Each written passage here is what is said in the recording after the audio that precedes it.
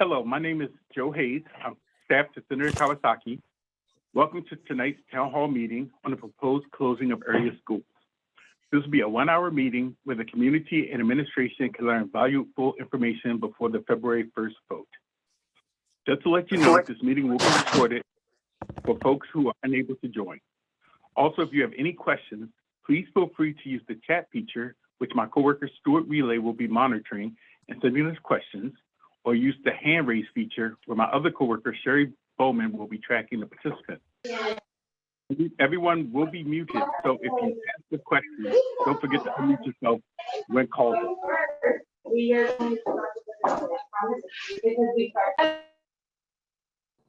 Okay, so we'll start with opening remarks from Senator Kawasaki. Good evening. Thank you. Thanks all for being here today. I can see there's at least a couple school board members. Thank you, Jennifer Luke, for being here, school board president, Tim Dorn, former past president, Karen Mellon from the administration. I know there's other folks on here, but we have a huge list of folks that decided to come on. We have 68 participants right now, and I know there's more that will join us. We have just an hour really to sort of discuss things that are going on. And the reason why I got involved is that folks in the neighborhoods around particularly Nordale have asked that why wasn't there enough input? They don't know about it, and this is the situation that we're at. And so I just wanted to bring folks together with members of the school board. And let me just say that the school board and the administration have been doing this outreach for several months, maybe even up to a year's time, in order to make sure that this was done right. And there's a lot of kids, for instance, who are already graduated. There's parents who live in the neighborhood. There's folks that just didn't get the information out, and so that's why it's sort of a late moment. We tried to put this together, and I thank you all for participating. My staff will be working to answer questions as possible and have those forwarded over, as Joe Hayes mentioned. So we'll be ensuring that this is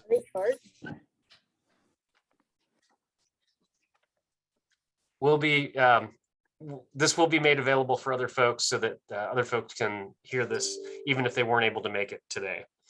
And we're still getting folks that are sending in requests to be put onto this line. I wanted to first introduce the Chief Financial Officer, Andy DeGraw from the school district. And I think he's on, but I'm looking scan. Oh, hi, Andy. Yeah, so if Andy, if you could just introduce yourself, just tell us a little bit about yourself, and then go ahead and start. Yeah, absolutely. So hi, everyone. My name is Andy DeGraw. I'm the Chief Operations Officer of the school district. If you've heard me talk in other venues, pardon my voice, I feel 100% fine, but I have a frog in my throat for some reason. So I sound a little weird tonight, but I'm feeling good and happy to be here. Yeah, side note, I grew up here in Fairbanks, and I attended Joy Elementary School K through 2, second grade. So this topic is near and dear to my heart. Despite the challenging situations that we find ourselves in and are looking to navigate. So, Mr. Kawasaki, you want me to just jump into my presentation then? Yeah, Andy, I think that would work out just fine.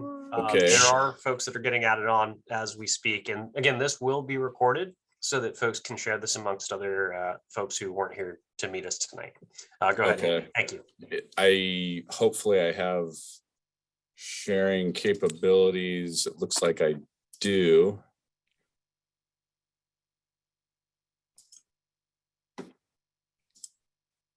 Somebody could tell me if there's a title page on a PowerPoint there. Yep, it says budget outlook, and I can see it. Perfect. All right, so I'll just go ahead and jump in. Again, appreciate being here, and I just wanted to kick things off here tonight, just to give everybody kind of a snapshot of where we're at. It's not necessarily new news to folks as far as our regular meetings, work sessions, several outreaches to the newspaper and radio spots and whatnot. The financial challenges that the district is facing We lost 2,000 students last year as schools were closed to in-person learning. We've recuperated a portion of those students, but really we haven't even quite gotten half of those students back. So we're down a little bit more than 1,000 students still compared to pre-pandemic levels. And really the district was heading towards some difficult financial challenges even before COVID happened. And once COVID happened, it made kind of a challenging, what was going to be a challenging situation.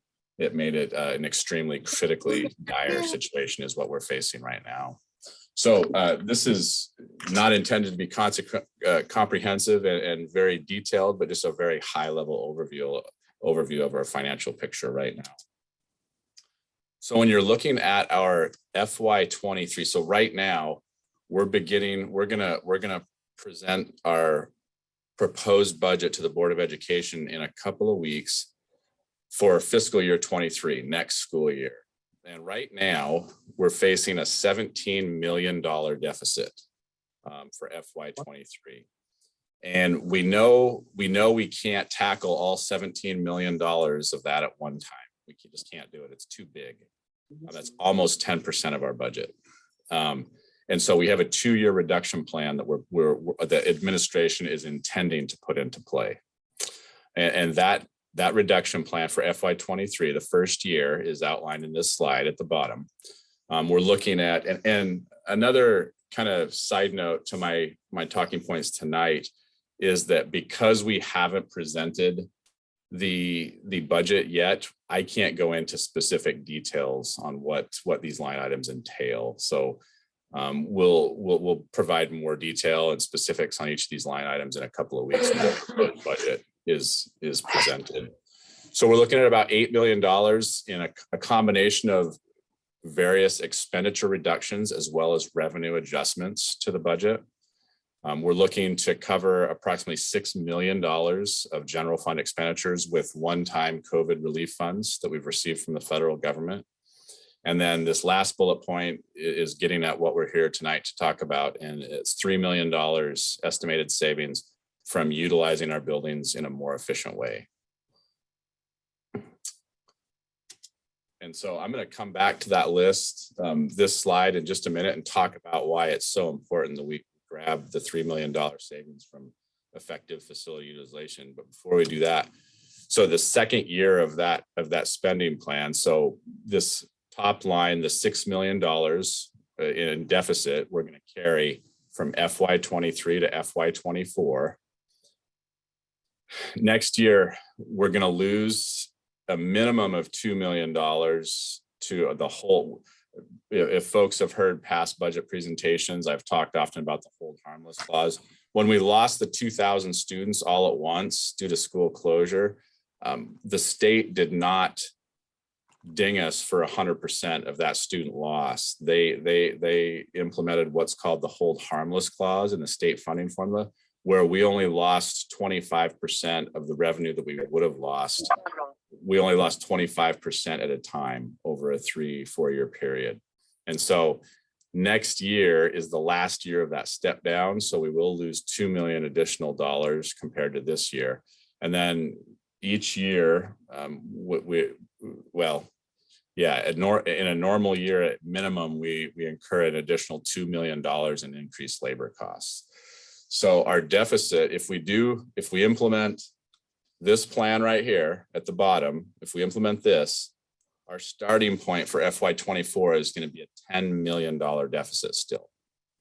And the reduction plan at this point for FY24 is unknown. We're just too far out. There's too many variables in play. But the picture I want to paint here is one of significant urgency. We're in a full-blown crisis. This is not, we're at the end of the line and we have to make some really, really hard, difficult decisions. So to come back, and right here, I'm going to illustrate why school efficiency, facility utilization is so important. So here again, we see the FY23 spending plan in general terms that admin will present to the board. At the bottom here, you see staff salaries and benefits for staff in our district represent approximately 90% of our total general fund expenditures. So 90 cents of every dollar that we receive, we spend on salaries and benefits for our people, for the people that educate our kids, for the people that support staff, that support children in the schools and all over the school district.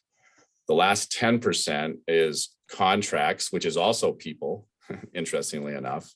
Really make the argument we're way over 90% in people. But supplies, equipment, and some miscellaneous other items represent 10%, really less than 10% of our overall bill. So the problem that some people might say, well, just don't close schools and cut something else, cut somewhere else. We've cut every single solitary place in the entire district that we can find in the areas of supplies, equipment, contracts. We've found every single efficiency that we can find. We've trimmed the fat, we've trimmed the meat. We're down to bone, and we're now chipping into bone. We've reduced supply and equipment, supply line items in the district to the point to where we're really neglecting long-term needs in the district as far as staff having the tools that they need to do their jobs, because we're so focused on the salaries and benefits that we're paying staff. So long story short, when you get the 8 million in expenditure reductions and revenue adjustments, the 6 million covered in COVID relief funds, that last $3 million that administration is intending to realize savings in through school closures, if we don't do that, the only place we have left to go is to lay off staff. That's the only place we have left to go. And that's why this is so important, because we're really at the end of the line as far as finding efficiencies, reducing supplies, equipment, et cetera, doing things in a less costly way. And we're at the end of the line as far as where we can go. And so what the reductions will mean if we don't do this is it'll mean laying off people. And unfortunately, this is just to get us to the $10 million deficit that we're going to face in next year's budget cycle. So what does $3 million look like? What does that represent? It's roughly, and these are ranges depending on a lot of variables. We wouldn't know an exact number until we implemented reductions, but roughly 30 to 35 teachers is $3 million. And tutors, teacher aides, classroom aides, there's various different types of tutors, support staff, anywhere from 70 to 75 support staff in our district that we would be forced to let go. So at a really high level, again, more specifics and details to come in the coming 2 to 3 weeks. But just I hope that the community and stakeholders understand we're in a significant financial crunch that there's no easy way out of. And I certainly acknowledge that a lot of things, I know that a lot of the things that I'm going to propose and put out to the public as far as recommendations to the board for financial moves in the next year to 2 years, they're going to be controversial. They're going to be very controversial because we're in tough times and difficult times require difficult decisions, unfortunately. So, but that doesn't take away the fact that, again, as I mentioned up front, I say it for a reason. I attended Joy Elementary School. I get it. I'm invested in this community tremendously. I was over visiting Miss Foshi with our HR director a couple of 3 weeks ago and looked out her window and you could see the round circular part of the building. And I reminisced and I remember attending that building. I remember walking the halls. So I don't want to minimize the impact and the difficulty. But at the same time, we have to, as an organization, as a community, we have to recognize the challenges that are in front of us and realize we're gonna have to make hard decisions. Thank you.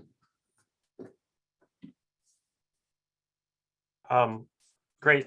Thank you, Andy, for that overview. And thanks, everybody.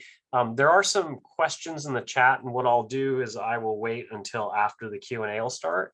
I wanted to offer the floor to for school board member comments. And because this is it's sort of a meeting, but sort of a quasi meeting, and there have to deal with Open Meeting Act issues, they might discuss that. Not every member could be present today, but I know that all of them wanted to, and they wanted to hear from the public, especially the folks that are in the districts that are in the areas and neighborhoods that are going to be impacted. I wanted to give the floor to Jennifer Luke, who's the current school board president, and just sort of, I guess the floor is yours, and thank you for being here tonight. Thanks for accepting the invitation. Absolutely. Thank you so much, Senator Kawasaki.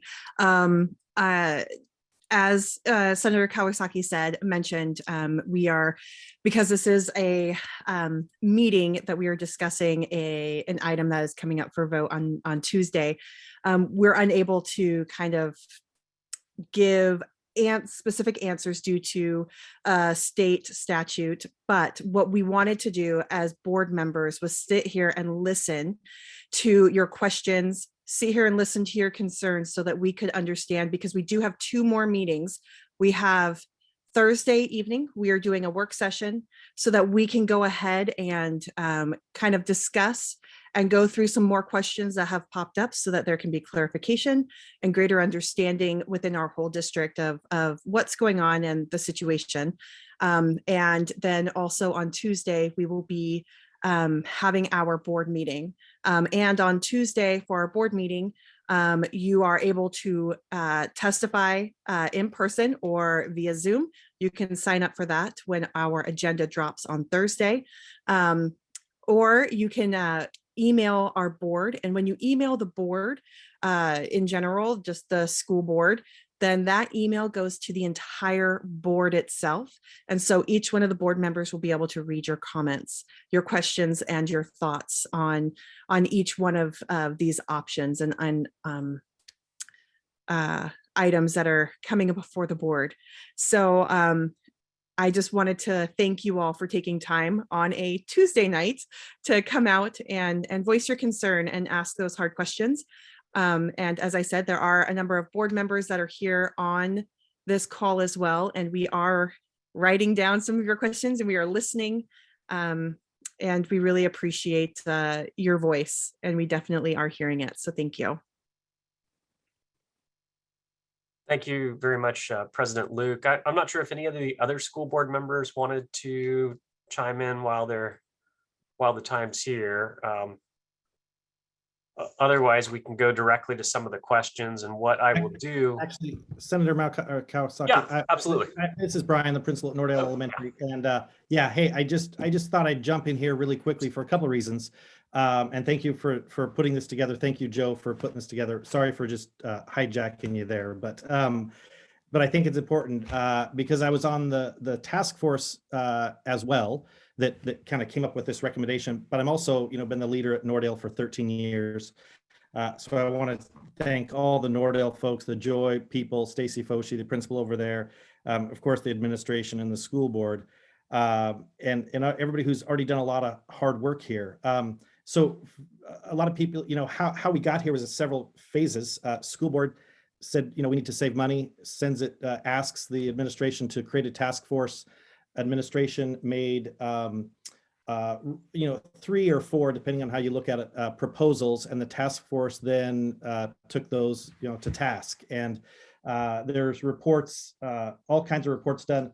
Our final report for the task force was done by I can't remember his name, Clint, Campion. And I think it's just important to understand how those work. There were only 3 really school closure pieces sent to that task force. I do not speak for that task force. I will tell you there was never a vote for at the task force. There were, I think, a dozen people doing that, but we did hash out a lot of pieces and try to figure out what to do. And on that task force, I worked sort of as a parent of kids in our district, as a representative of Nordale, and also an employee of a district that needs to save money. And really in that task force world, that's where a lot of my emphasis went, because that was the role I was playing. That's the roles we play as public servants sometimes. So it's I did not know that we were going to be that Nordale was going to be on any cut list until just before I was on that.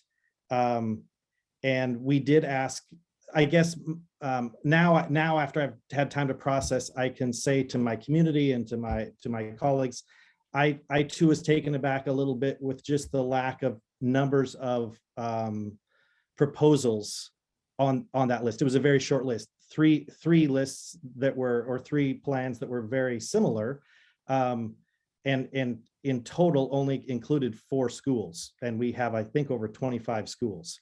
Just the numbers tells you it's a pretty small list. And then we were asked to present from that plan, and we actually went off script. We said, of this plan, here's the least worst scenario, but we do not recommend, if, like what Andy said, is we're cutting into bone. So if we're cutting into bone and we're buying that, and I do buy it, I don't have any reason to think that Andy's not telling us the hard truth. Then to repurpose means that we're not cutting maybe as far into the bone. And so that's been a little bit difficult to communicate to my staff and to my community.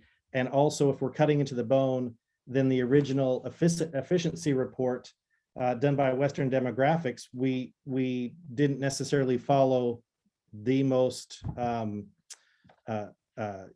cost savings in that. I realize that we can't just use one form, one survey, one demographic, or one efficiency study, one task force, but it's been hard to kind of find a line of how we got to the 3 proposals, and then ultimately the task force whittled one of the proposals to try to save the most money, and also in a way protect the integrity of, if we're going to make such a drastic move as to cut schools, then to not necessarily hand them over to a homeschool situation who already have a place to be. So I don't want to take up any more time, because I think it's really important that our constituents get to speak, but I just wanted to get that out there. So Scott, I'll send it back to you. I appreciate your help on this, and we'll go from there. Yeah, thank you very much, Brian. I appreciate that. I just also wanted to note that the superintendent is online and she is listening to folks. I don't know if she wants to say anything. Superintendent Mellon, would you like to say anything? Sure. Thank you for the opportunity. First of all, I want to just say to the Nordale community, what a fine leader you have. And I think you all know that already. He is the ultimate professional and represents you well in every forum. And you're fortunate to have a leader like him. So I just wanted to say that, so the Nordale community knows what a prize they have in Mr. Powell. And I appreciate his willingness to work at this and be a part of this difficult work. Secondly, I want to thank the Joy and Nordale parents that have already engaged in the larger community, already engaged. We've been reading your emails that are sent to the school board. All of that input is coming in. And so I appreciate those of you who have engaged in the process already.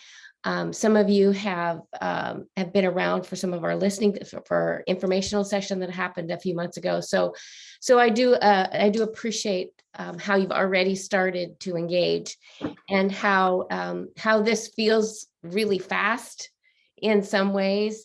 And I've, like you all know, I've been here 7 months, but as I look back, I can see that this process actually started more than a year ago with the previous superintendent, looking at efficiencies, looking at ways that our buildings can be used better.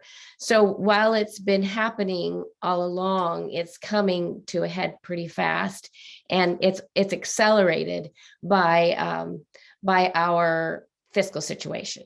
So we've been dealing with this for a while, but it's just been pushed forward in a way that feels really fast because of our fiscal situation. So those are a couple of things that I just wanted to note. And then to what Mr. Powell said about the options that were given to the task force and what went on before the task force met.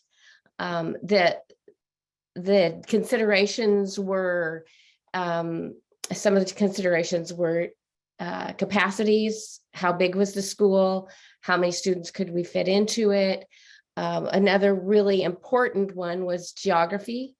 Where is it located in the community? How close is it to other schools? And then the west side of the community has 4 schools, the east side has 6. So all of these things started playing into this big matrix that was going on and moving all the parts and pieces and doing the what ifs, if thens. So that work was done ahead of time, and we asked, the task force had a lot of questions about how that happened, and we sort of brought them along as to how the whole process happened. So that was behind the scenes considerations, what came to the 4 options that the task force was given. So that's, I just wanted to give a little bit of anchoring for some of the questions, so you could have a little bit of background too. And then again, just express my appreciation to the community of Nordale and Joy that have already sent emails. I'm reading them, and it's pulling on my heartstrings to read these things because it's difficult. It makes me just sad when I read some of these. It's a sad thing to know what families and children and the community is dealing with. So I don't want to for a moment underplay the reality of the sadness of this and the emotional feelings that rise up in us when we think about this. So I want to acknowledge that I'm reading your emails and it makes me sad. So that being said, we still have the reality that's in front of us to deal with. So with that, I'll just pause, and Senator Kawasaki, we can do whatever your pleasure is next, if you want to take some questions or if you have questions yourself. Yes, thank you very much, Superintendent Mellon. And I just want to say that the superintendent, the principal, as well as Andy DeGraw and the school board have been really active on this issue and have been really accommodating. Of course, we threw this together very, very quickly. And I know that there are folks in the district office, for instance, who are out with COVID right now. And it was kind of a challenge and we weren't sure if folks are going to make it, but we do appreciate the superintendent being here today. This, as she mentioned, and it can't be understated that, the state's responsibility and role in funding schools is huge. And the school takes a certain count at a certain date and time at the end of October and says, this is how many students are there. This is how much money comes from the state to the school district. And because so many students are either not in the brick and mortar system or they're out somewhere else, or there's a lot of questions about where those students are, and it's in pretty much every district. We've had this issue sort of bubbling to the top, and now it's bubbled all the way to the top, and this school district has to kind of figure out what the best course of action is. And so the school district, the board, I know, does a lot of work in trying to make sure that whatever decisions are not dealt with lightly. Being a former Joy Elementary Cubby Bear myself, I was sort of shocked, and then I heard the reasoning for Joy Elementary being one of the facilities that might need to be closed down, and so I respect I respect that information provided by the administration and by the school board, and I just wanted to thank Karen again for being online today. There's a handful of questions, and what I think we're going to do is I can be up here until about 6:50, 6:55, and then somebody else will coordinate the questions and answers. But if I'll just ask the question, and the best person to answer the question who's online, if they could just respond to it. So I guess the first question came at 6:03 tonight. If Nordale's closed, what are the school board's plans for the building? So in the proposals, there were the 2 options: to repurpose a building. And when we say repurposing, it would still be an educational facility. It would just be for alternate ways that students receive instruction. these are Fairbanks North Borough School District students. They are students that are enrolled in our district, and that we are responsible for in the offerings that we give them. So it would be the plan now, and I just want to make clear, and Senator said this earlier, we're in the process. No decisions have been made. So this is a step in the process, and those decisions aren't made yet. So whatever we're talking about is what's been proposed. That's why you can listen to the work session coming up on Thursday, and then again, the board meeting on February 1st. So just keep that in mind. Whenever we're talking, we're just talking about proposals. So the proposal that was put forward for the repurposing was to give our alternative programs a space of their own. Right now, they meet in the district office building. They're kind of in a cramped space. The enrollment has grown in all of those alternate programs. So giving them a space to expand and possibly grow, and bring back some students that may have left our district for whatever reason, continue to offer those options. So at this point, that's what we're talking about. That's what we're looking at. Originally, we had thought in the early proposals, thought to take some programs that were, or a program that was meeting in a rented facility. We have CEC, which meets in a rented facility, which is about $120,000 rental a year. So original thought was to move them into that building and not have to pay rent any longer. But during their first work session, the board determined that that wasn't an option they wanted to take advantage of right now. So at this point, from the work session and the conversation so far, the feeling seems to be that CEC will be where they are, and then the reuse of Nordale will be for those alternative programs.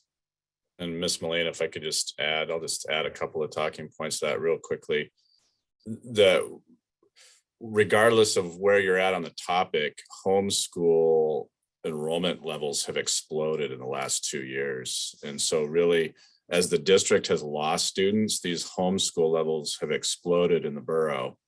And we see it, administration sees it as an opportunity for us to pivot with the times, to reinvent a portion of our school district and to try to attract students back to the district in that demographic and to provide a space for them. There is a cost to repurposing versus outright closure. Mr. Powell talked about the task force recommendation was to just close the school outright. But administration feels like we can repackage our best homeschool, attract new students, would be an additional revenue stream to the district, that we would offset those additional costs that it would take to repurpose the building, and then generate additional revenue beyond those costs that we would be able to use to benefit other students in the district, in other areas of the district. So. Great, thank you, Andy, appreciate that. If we can get questions submitted through the chat, that would be the best. If you do raise your hand, I will call on you if I can see you on the screen. I see Renee just put her hand up. Let me just take one more off the list that's here. What's the justification for closing Joy over other options, and why is this part of every option under consideration? Yeah, that's a really good question. And it's difficult for me because I love Joy too. I did never attend school there, but I love that school.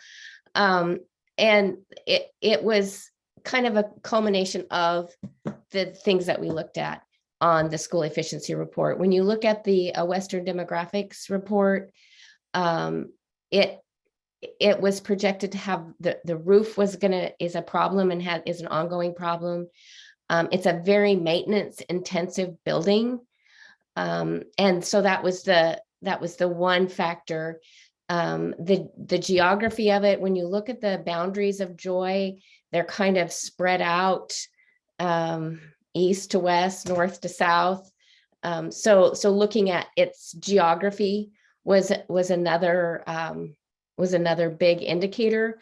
So when we ran every school through all of the indicators, Joy was consistently at the top.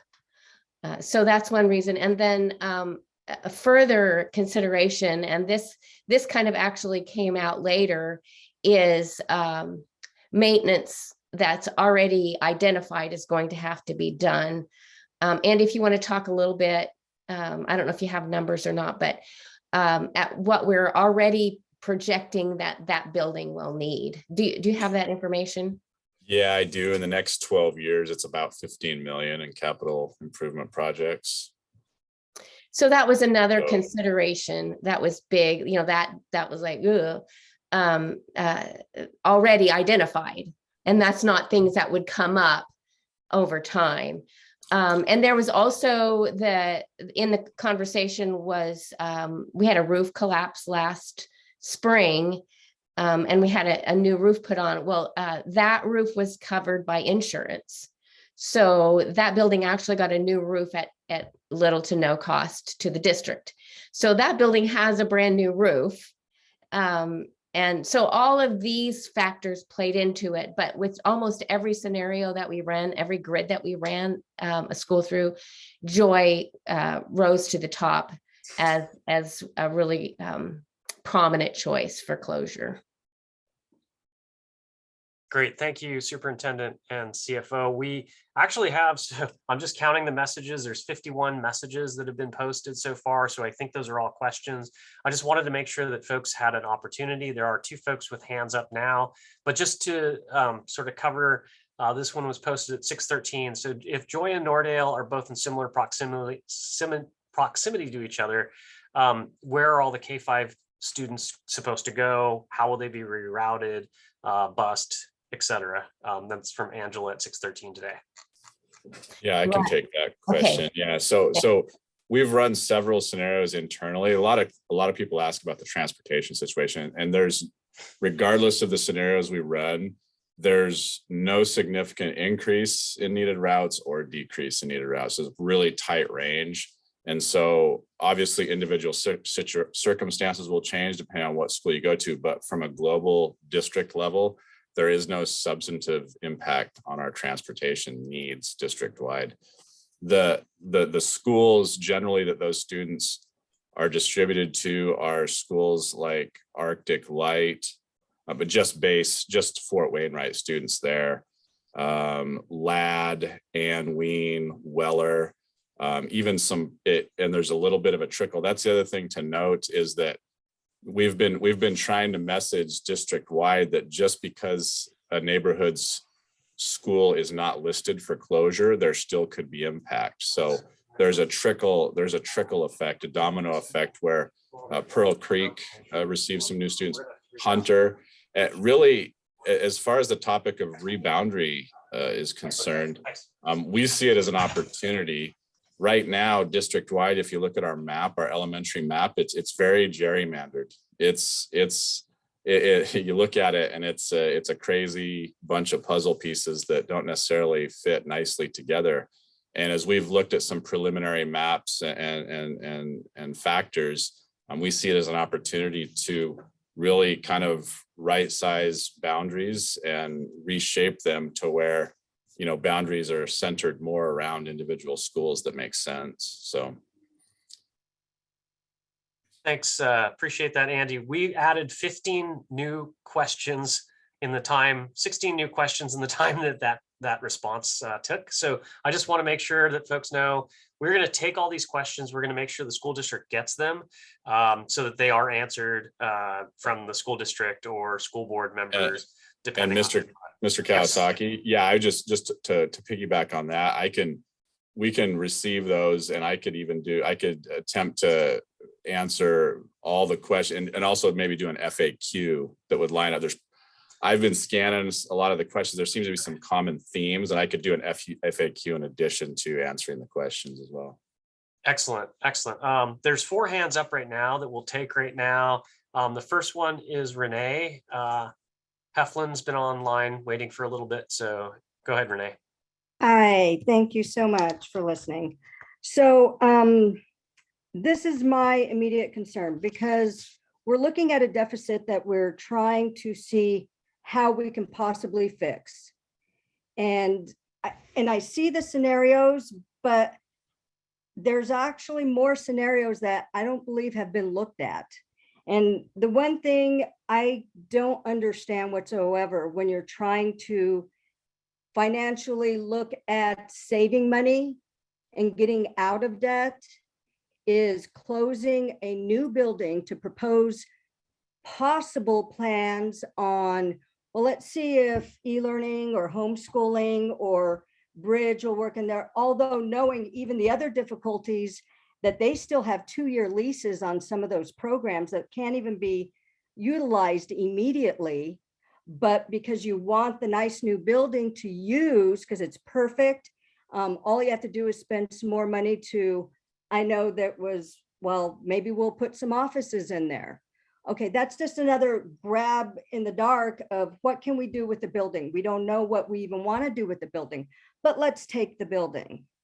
I don't see that being fiscally or financially responsible at all for the district, for the taxpayers, and just going in and saying, no, we want to repurpose the newest building. It has nothing to do with, and I understand the hard, difficult decisions that do have to be made when you are trying to save money and having to propose closing some of the older buildings. That is hard, and I understand that. But to pull a new one out just to say, because we want that building because it's the best one, that's not even comprehensible to me in a business manner as saying what needs to be done to save money for our district. I don't know if anyone thought of proposing, okay, maybe not going 6 to 8 at this moment. You proposed a 2-year reduction plan. Maybe within 2 years, looking at a 6 to 8 model possibly being acceptable to reach out to more of the community. There's a lot of people out there that are shell shocked right now that are 5th grade parents going, oh my God, I don't think my 5th graders ready for a 6th grade model. I don't even think 6th grade to 8th grade is a bad model myself. I came from a place that had that, but maybe it's something that has to be looked at differently here for Fairbanks as in a slower process, because we're trying to work out, instead of doing everything at once, a shot in the dark and let's throw this in and that in, that's not going to be helpful to the community, the kids, or the taxpayers. And if we wanted to look at repurposing, if we didn't do the 6-8 model and we had closed down, which one of your options was Randy Smith, what about proposing? Because I have my school email on here. Keeping that building, using that for homeschool, that you would like to use it. Go to Google. Because I don't see that a survey was done to our homeschool parents as well to see how many want a building. They're in homeschool for a reason. They don't want the brick and mortar buildings. They want to teach their kids outside. Maybe they wouldn't mind a science lab. Is that going to take a whole Nordale building to have one classroom for them or one gym? Maybe we could share a space. Has any of that been proposed? We have to look at numbers, not at what we want, but what we need. So those are some other options maybe people can give to the community, to give to you guys as a community, to let you know there are other ways to go around this to save even more money without, to me, one of the biggest that just does not make financial sense at all is closing a new building to repurpose for yourselves. Is there other ways we can handle this? And we can look into sharing a space. Has anyone asked us, hey, would you like to house Best Homeschool? Oh, so yeah, I'd love to respond. You make some good points there, Renee. Let me jump in there and respond to, I think there's a lot there to unpack. I want to just a couple of the things that you mentioned.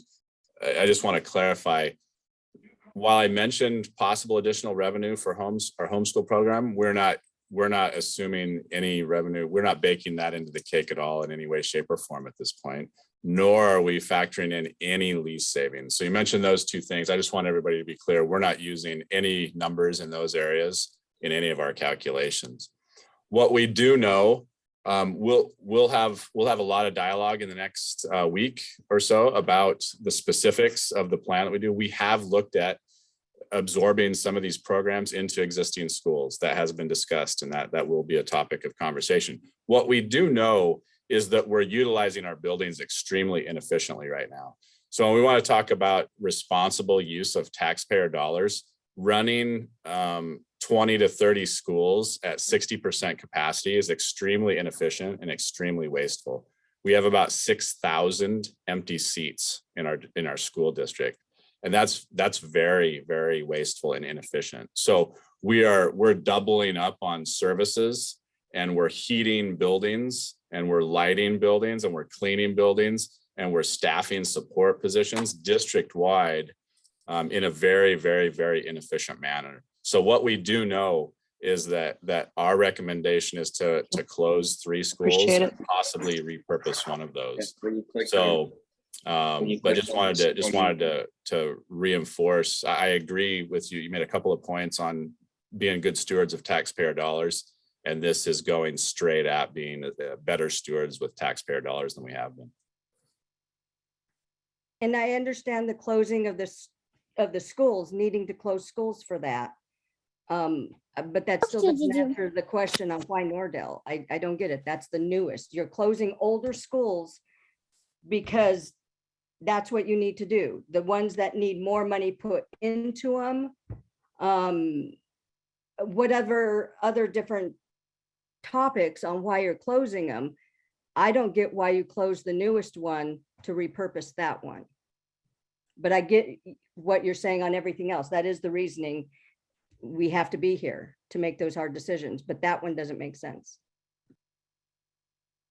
So let me just say, thank you, Renee, for the question. We are at 102 messages. We just increased about 40 since this little start here. We have 4 people that have raised their hands, and there's a bunch of listed questions. And if we can do questions very, very quickly, and then have answers very, very quickly. And this is an ongoing discussion, as was mentioned by the superintendent, and we just want to make sure that we're able to facilitate as many people who can ask a question, be put on record. So right now we'll go ahead with Joseph, if Joseph wants to ask his question.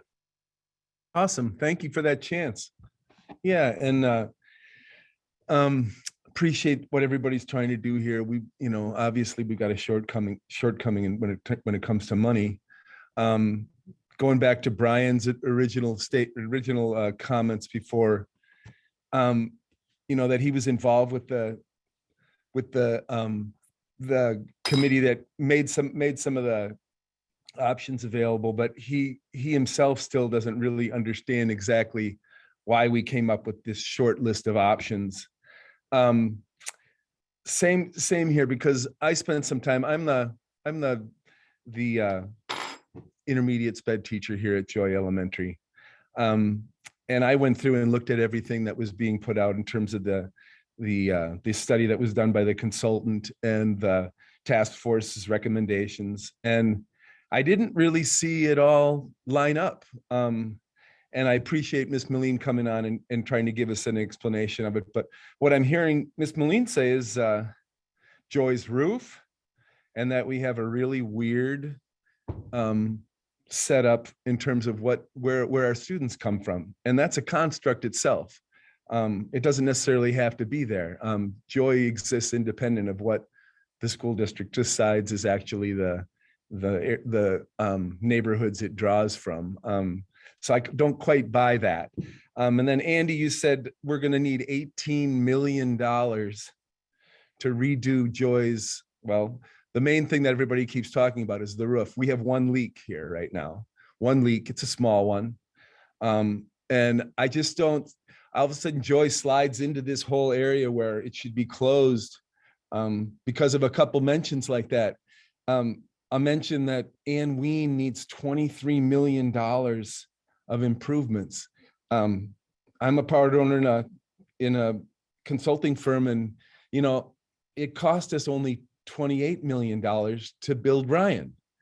That was including tearing down the old building. So these numbers of 18 million that Joy's going to need and 23 million Ann Ween's going to need. These numbers, there's contractors coming to me in the community and are saying, what are they talking about? This is bogus. So I really feel like, and Andy, I leave it open to you. I'd really, the process has lost some of its integrity. There's people around town that are really upset about what is being done. And, what you guys have laid out for us doesn't quite add up. So I'm going to turn it over to you. I'd really like to hear Andy talk about some of those numbers. Yeah, I appreciate those talking points, Joseph. Appreciate it. Yeah, so unfortunately, misinformation spreading like wildfire might not be new to this situation or to our community, right? So I'm going off of our annual CIP plan that the district puts out. So unfortunately, I can't control when people just spout off numbers in the community that are inaccurate. So what I just said about 5 minutes ago is located right on this. And when I respond to the questions, I'll include this. This is public information that is reliable, that everybody can go to, and it's black and white, and it's solid information that the board approves every single year. Okay. It's a 6-year plan. Well, it's actually longer than a 6-year plan, but 6 years is usually their outlook that they're really trying to deal up capital projects. It goes out quite a ways, goes out like 20 years. But what I just mentioned is that Ms. Moline had referenced is Joy has about $15 million in the next 10, 12 years that the district has identified of needed capital improvements. So Joseph, you had mentioned that you had heard 18 or people throwing around numbers. I don't know. I can't speak for where that information comes from. You mentioned maybe people have said $23 million for Ann Ween. That's not represented here in the district's official plan. So, I guess, my response, specific, I don't know if there's a question there, but like in the next 10 years. Andy, those two numbers came from the consultant that you guys hired to put together the information for the task force. Those numbers were right there. And in fact, gotcha. The number for Joy that was shown was added on in red after the fact before it went to the task force. It looked just like an after the fact. Yeah. So that's what I was talking about. Okay, gotcha. Thanks for that clarification. But when I send out answers to folks' questions, I'll include a link to this CIP plan that the district approves every year. And those are the numbers that I'll always be going off of if I'm quoting capital needs for any building. So that's a great point to bring up. I appreciate you being aware of that. And the numbers that are in the third party report, the school efficiency report, those are going to be outdated numbers. These are going to be up to date current numbers that I'll send to the group. Thanks.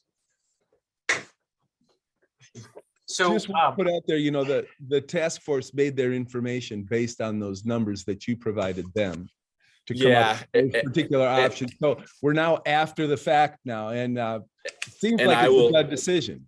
I will just say that Joy is more on the needy side as far as capital improvement needs are concerned in the district. So that was one of the big factors. I can't go over all the numbers right now of all the schools, but relative to other schools in its geographic area, Joy is on the high end of the needs there. So that was one determining factor that we used. Yeah, it does have a lot of needs.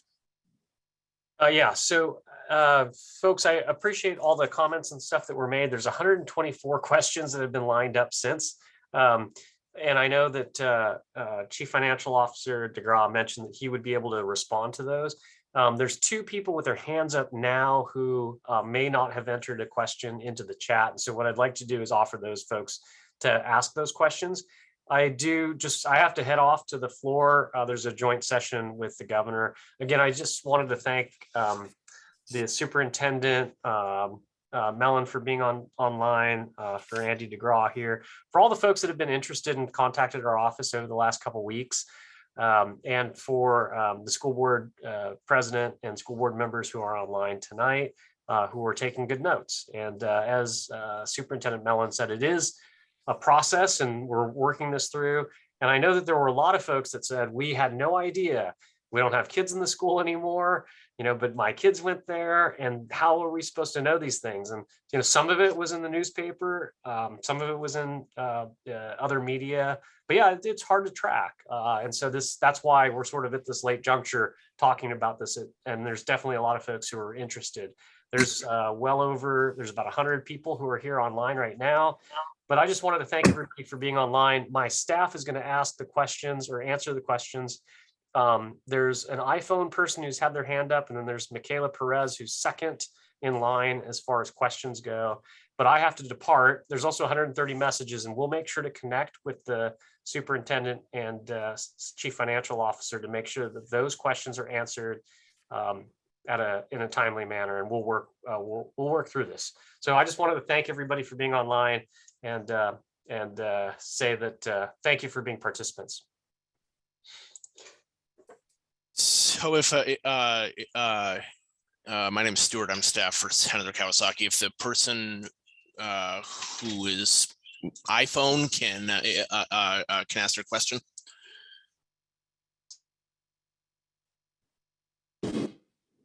Yes, my question is, since Joy is a K through 8th grade school and they're worried about attendance rates and worried about enrollment and consistency, why is Joy not being utilized as a full K through 8th grade school when it has been stated that Tanana is one of the shabbiest buildings in the district, is behind on maintenance, and has been looked at previously as closing? I don't believe that Joy needs to close when it's not being fully utilized to its full potential, number one. And number two, it has an extremely high special education department. And by taking 5th graders that are in special ed and throwing them into a middle school setting where they are now forced to have 4 or 5 different teachers in a day is going to be extremely detrimental to them. And it is going to push them back. And I want to know what the school district plans on doing for those special education kids when they all just completely crack, because schools are these kids' second home. And so when you take away their comfort and their consistency and you throw them into a completely different setting, it is going to set them back. So I want to know, number one, why is Joy not being utilized to its full potential, since they're worried about numbers, even though Joy is at 94% attendance rate and their enrollment has only dropped 45 students in 20 years? And why Tanana was not looked at as being one of the schools to close when it's stated by Kate LaPlante that it is one of the shabbiest buildings and it is behind on maintenance.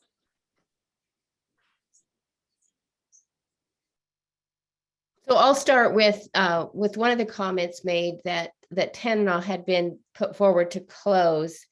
I'm not aware of at any point in recent times that it actually came before the board that Tanana was going to close. So I don't know about that. Not in this process. Was that ever kind of really talked about? So I'm not sure what you're talking about there. As far as our special education students, our special education department was a part of each one of these discussions that we had. We talked intimately about the programs and how to support the students and what this meant for the students. And we've continued to have those conversations. So special education students have IEPs, and those IEPs will be followed. You know, that's what we're committed to. And so as far as what will happen, I'm not sure that we can really tell you exactly what will happen until we know the direction we're going. Our special education team can get in there and look at each individual student, look at their needs, and see how we can make sure that they're met. I'm just going to throw this out there that as a parent of a special ed kid, especially one that's autistic, and I know that there are several others that have made comments on here, It's extremely disconcerting to know that, hey, the school board or the school district has said we need to close Joy. And honestly, I don't feel as though you can close a school without having something implemented to help these kids, especially when there's no transportation provided for the kids now. And if you're going to take kids that live across the street from Joy and send them to Ann Ween, but not give them the transportation to get there, it now becomes an issue because you're taking away their education. You're not giving them the transportation to get to the school, and you're not taking full advantage of the potential that Joy has to be a K through 8th grade school. So I'll just say, ma'am, as far as special ed transportation is concerned, we have maintained 100% special ed transportation all year long. And then That's crap. Excuse me, ma'am. Excuse me, ma'am. We're trying to be respectful. This is not, we're not gonna let this go out of bounds. I understand what you're saying, but just try to have decorum.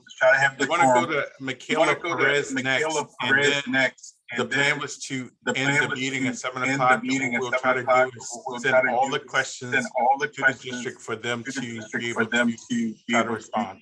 If I could just say one thing, and I don't mean it any kind of disrespect at all, but as far as the transportation issue goes, I had to go down to Juneau and threaten the district with an administrative complaint to get my son that special education bus. That's me. So that's not true. Okay, ma'am. Thank you. Miss Perez? You're muted, I think. Hi guys, thank you guys for putting this meeting together for us parents and community members who are a little disgruntled by the changes that are being proposed. I do have a few questions. I know they probably won't all get answered, but I want to know if you close the elementary schools, number one, where are you going to send these schools? I can only assume that they're going to be rezoned. What's the plan for oversized classes after this, and what kind of resources are going to be available for the social emotional development of our kids? Because personally, as a parent of a 5th grader who just went back into school after being homeschooled, after I pulled him from the district and I put him back in at Nordale, he does have an IEP for some learning things. He is thriving there. And just using my son as an example of going into middle school next year, he's not ready for that. And I don't think that putting our kids into middle schools on a whim with no, I mean, I'm sure there's a plan, but not just doing this because it has to happen. Like, I just want to know where the support going to come from and how is this best going to work? I personally feel, after looking at the numbers after the school efficiency survey, that the schools that answered for us were the high schools and the middle schools. We didn't see a lot of pull from the elementary schools, or a lot of input, excuse me. And I don't feel like they fully understand the needs and desires of us elementary parents. And the option, I think, closing Randy Smith and putting the people there just seems to make more sense until you can have a better plan for the middle schoolers. So I know that was a lot, but just want to know what's the plan for the kids, where are they going to go, and what kind of supports are going to be in place for them? Yeah, so I talked a little bit earlier about generally where the kids will go, but that the reboundary of the district will require a board process that would involve the community, and it'd be a specific intentional process to establish new boundaries. As far as one thing that I haven't talked about tonight that's important to note, I think early on in your comments, ma'am, you mentioned something like, well, where are they going to go, and something about capacity. Just for everyone's information, that the capacities of our schools are so low that we can close 3 elementary schools and still be far, far, far, far away from full capacity. We're really, without getting into too much hyperbole, we're light years away from having schools full. And as far as the staff support, I know there's a lot of concern about staff support, and rightfully so. SPED services will follow special ed students. And we're committed to that. Our special ed director is already crafting a plan. He can't finalize things because we don't know what direction we're going to go, but we have several scenarios where special ed services are going to follow students. They don't, special ed services aren't dependent on the actual walls of the building. That staff, it's human beings that are supporting children and students that will follow them wherever they go. And I we're do committed. fully under, oh, sorry. We're committed to doing that. Here's another important note that I want to make. We are having difficulty finding staff, just like every other organization in the entire nation. We have dozens and dozens. At one point, we had over 100 vacancies district-wide. I don't know if we still do. We have several dozen vacancies, many, many dozens of vacancies. We're having a hard time finding counselors. We're having a hard time finding tutor aides, food service, nurses, PE teachers, music teachers. You go down the list, we can't fully staff our buildings. And so in our estimation, services are actually going to improve for students because we'll be able to consolidate down the support staff that help them with their social emotional needs. Right now, we can't fill all of those positions because there's so many required positions in so many locations where the student levels have dropped so far. And so in our estimation, those services are actually going to improve because we'll be able to better staff buildings with the appropriate numbers of students in them, and we'll be able to financially bear that burden that we want to be able to do by just becoming more efficient in the buildings that we maintain. Okay, and then where is the plan of where your students are going to go? Yeah, unfortunately, ma'am, we can't know that before we make the decision on whether or not to close the schools. So our administration's intention is to have a suggested plan provided to the Board of Education very, very, very quickly, within a week or so of the decision to close schools. Now, that won't be the final decision because maybe Miss Moline or Miss Luke can talk about the specifics of the process that would come after, but I'm not familiar with those details. Yeah, just Michaela, to answer your question, the redistricting will follow as the decision. We've done some preliminary scenarios, but until we actually have a direction, we won't know. But because we've run some preliminary scenarios, then once the decision is made, we can respond pretty quickly. And then once that is ready, that draft is ready to go before the board, then it'll be open for the public to make comment again. Okay, I just wanted to stress again, we wanted to have this meeting for an hour. I realize it's a short time. We have the state of the state happening right now, unfortunately for our office. So what we will do is we'll take all the, if anyone has any other things they want to put in the chat, any questions, we'll take those questions and we'll get it to the school district and have the appropriate person be able to respond to the question. I'm really sorry we didn't have more time. Unfortunately, how things work between Juneau and here, we're pretty tied up, but we wanted to give folks the opportunity to have the opportunity to say what you need to say and try to get some answers. And hopefully we were able to do that tonight. And so I really appreciate everybody who were able to come online tonight. And this, again, the superintendent and CFO and all the parents and concerned neighbors and so forth. And we're just really happy to see everyone. And with that, would the superintendent or the superintendent like to say anything, the school board president, before we end the meeting? I just wanted to say, I noticed one question. Where do you send your emails? School board at k12northstar.org. So you can come onto our website and go to the school board button. There's a place there for you to send your emails. And again, thank you, those of you who've already engaged. So thank you, Joe, for this time. And I know that you're running on a tight time schedule. Okay, and without any further commentary, again, I hope everyone has a nice night. We will get the information to the district. We'll try to get it to them tonight and try to get answers to your questions as soon as possible. So again, thank you very much. And I hope everybody has a very nice night in Fairbanks tonight.